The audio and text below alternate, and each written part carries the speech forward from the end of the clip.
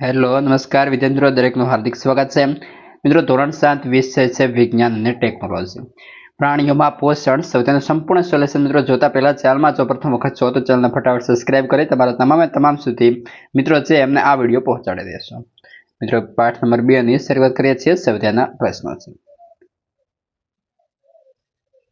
પ્રશ્ન 1 ખાલી જગ્યાઓ પૂરો જે અંદર પહેલો છે અંતઃગ્રહણ પાચન પોષણ શોષણ સ્વાંગીકરણ અને મળોત્સર્જન એ મનુષ્યના પોષણ માટેના મુખ્ય તબક્કા છે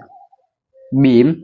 યકૃત માનવ શરીરની સૌથી મોટી ગ્રંથિ છે જે લાલ અક્ષરથી મિત્રો આપેલા છે એ આપણે ખાલી જગ્યામાં આપેલા જવાબ રહેશે ત્રીજા નંબરે છે એટલે કે સી જઠર હાઇડ્રોક્લોરિક એસિડ અને પાચક રસનો સ્ત્રાવ કરે છે જે ખોરાક પર કાર્ય કરે છે ડી નાના આંતરડાની અંદરની દિવાલમાં ઘણા આંગળા જેવા પ્રવર્તો આવેલા છે જેને રસાંકુરો કહે છે ઈ અમીબા ખોરાકનું પાચન અન્નધાનીમાં કરે છે પ્રશ્ન 2 સાચા વિધાન સામે ટી અને ખોટા વિધાન સામે એફ કરો પહેલો છે સ્ટાર્ચનું પાચન જઠરમાં થાય છે તો એફ ત્યારબાદ જીભ લાલ રસને ખોરાકમાં ભેળવવામાં મદદ કરે છે ટી પિત્તાશયમાં થોડા સમય માટે પિત્તરસનો સંગ્રહ થાય છે તો ટી વાગોળનાર પ્રાણીઓ ગળી ગયેલું ઘાસ મોંમાં પાછું લાવે છે અને થોડા સમય માટે ચાવે છે તો ટ્રુ એટલે કે ટી પ્રશ્ન 3 સાચો વિકલ્પ પસંદ કરો પહેલો એ લિપિડનું સંપૂર્ણ પાચન તો નાના આંતરડામાં થાય છે બી અપાચિત ખોરાકમાંથી પાણીનું શોષણ મુખ્યત્વે મોટા આંતરડામાં થાય છે ત્યારબાદ કોલમ 1 અને કોલમ 2 સાથે જોડો જેની અંદર સંપૂર્ણ આપણે જોઈએ તો મિત્રો પહેલો છે કાર્બોદિત તો કાર્બોદિતની સામે આવશે બી એટલે કે શર્કરા ત્યારબાદ છે પ્રોટીન તો પ્રોટીનની સામે આવશે પહેલો આવશે બી પ્રોટીનની સામે આવશે સી એમિનો એસિડ અને ચરબી તો કે ફેટી એસિડ અને ગ્લિસરોલ પ્રશ્ન 5 રસાંકુરો એટલે શું તેનું સ્થાન અને કાર્ય જણાવો ઉત્તર નાના આંતરડામાંથી અંદરની દિવાલમાં હજારો આંગળીઓ જેવા નાના પ્રવર્તો જોવા મળે છે જેને રસાંકુરો શોષણ કેન્દ્રો કહે છે સ્થાન તો કે રસાંકુરો નાના આંતરડાની અંદરની દિવાલમાં આવેલા છે કાર્ય રસાંકુરો પાચિત ખોરાકની શોષણ સપાટીમાં વધારો કરે છે આથી નાના આંતરડામાં ખોરાકનું શોષણ સરળતાથી થાય છે પ્રશ્ન 6 પિત્ત ક્યાં ઉત્પન્ન થાય છે ખોરાકના કયા ઘટકનું પાચન કરવા માટે તે જવાબદાર છે પિત્ત યકૃતમાં ઉત્પન્ન થાય છે તે નાના આંતરડામાં થતા ચરબીના પાચનમાં મદદ કરે છે પ્રશ્ન 7 કયા કાર્બોદિત ઘટકો છે જેનો વાગોળનાર પ્રાણીઓ પાચન કરી શકે છે પરંતુ મનુષ્યો કરી શકતા નથી શા માટે ઉત્તર ઘાસમાં ગ્લુકોઝ નામનો કાર્બોદિત હોય છે વાગોળનાર પ્રાણીઓ સેલ્યુલોઇડને પચાવી શકે છે જ્યારે મનુષ્ય સેલ્યુલોઇડનું પાચન કરી શકતા નથી કારણ તો કે વાગોળનાર પ્રાણીઓમાં અન્નળી અને નાના આંતરડા વચ્ચે કોથળી જેવી રચના આવેલી હોય છે તેમાં સેલ્યુલોઇડનું પાચન કરતા બેક્ટેરિયા આવેલા હોય છે આથી વાગોળનાર પ્રાણીઓમાં ઘાસમાં રહેલા સેલ્યુલોઇડને પચાવી શકે છે આ બેક્ટેરિયા મનુષ્યમાં આવેલા નથી તેથી મનુષ્ય સેલ્યુલોઇડને પચાવી શકતો નથી પ્રશ્ન 8 આપણને ગ્લુકોઝમાંથી શા માટે તાત્કાલિક ઉર્જા મળે છે ઉત્તર ગ્લુકોઝ કાર્બોદિતનું સરળ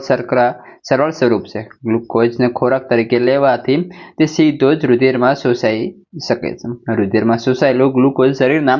કોષોમાં પહોંચી ઓક્સિજન સાથે મંદ દહન પામી શક્તિ મુક્ત કરે છે તેથી આપણને તાત્કાલિક ઉર્જા મળે છે પ્રશ્ન 9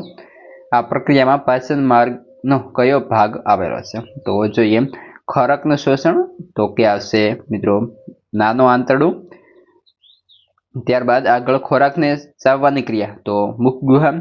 બેક્ટેરિયાને મારવાની ક્રિયા તો જઠર ખોરાકનું સંપૂર્ણ પાચન નાનો આંતરડું મળ નિર્માણ તો મોટું આંતરડું તમે લખી લેશો પ્રશ્ન 10 અમીબા અને મનુષ્યના પોષણ એક સામ્યતા અને જુદાપણું સમજાવો અમીબા અને મનુષ્યમાં પોષણમાં સામ્યતા તો કે બંનેમાં ખોરાક ગ્રહણ ખોરાકનું પાચન પચેલા ખોરાકનું શોષણ અને અપચિત ખોરાકનો શરીરમાંથી નિકાલ પોષણના તબક્કા તરીકે જોવા મળે છે અમીબા અને મનુષ્યના પોષણમાં જુદાપણું અમીબામાં ખોરાક ગ્રહણ ખોટા પગ વડે અને પાચન અન્નધાનીમાં થાય છે જ્યારે મનુષ્યમાં ખોરાક ગ્રહણ મુખ વડે અને પાચન માર્ગમાં થાય છે પ્રશ્ન 11 કોલમ 1 અને 2 સાથે જોડો તો પેલું જોઈએ લાળ ગ્રંથિ. તો તેની સામે મિત્રો આવશે સી એટલે કે લાલ રસનો સ્ત્રાવ કરે છે. બીજું છે જઠર, તો સામે આવશે ડી એમિનો એસિડનો સ્ત્રાવ કરે છે. યકૃત તો આવશે પિત્તરસનો સ્ત્રાવ. ત્યારબાદ છે મળાશય, તો આવશે અપચિત ખોરાકનો સંગ્રહ. નાનું આંતરડું, તો તેની સામે આવશે ઈ એટલે કે પાચન પૂર્ણ થાય છે. અને મોટું આંતરડું, તો સામે આવશે પાણીનું શોષણ.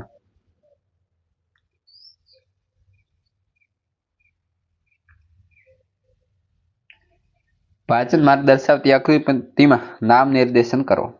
જે અંદર મિત્રો આ પ્રમાણે આપણે લખવાનું રહેશે. જેમ કે તમે જોઈ શકો છો, આ મિત્રો પક્વાશય છે. આ નાના આંતરડાનો જે ભાગ આપણે શરૂઆતનો કહીએ તે. ત્યારબાદ અહીં છે મોટું આંતરડું, અને અહીં સૌથી ઉપરના અન્નળી, જઠર, સ્વાદુપિંડ,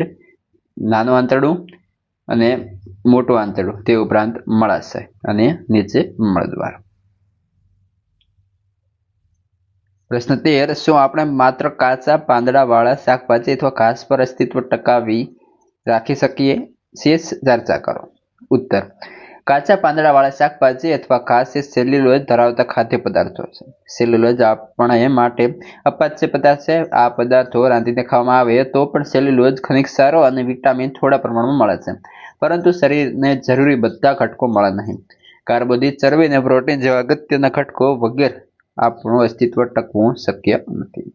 મિત્રો આ હતું સંપૂર્ણ સોલ્યુશન. હવે આગળનું સોલ્યુશન તમને આપણી ચેનલ પરથી મળી જશે. તમામ વિષયના સર્જે સોલ્યુશન સાથે મૂકવામાં આવતા હોય છે.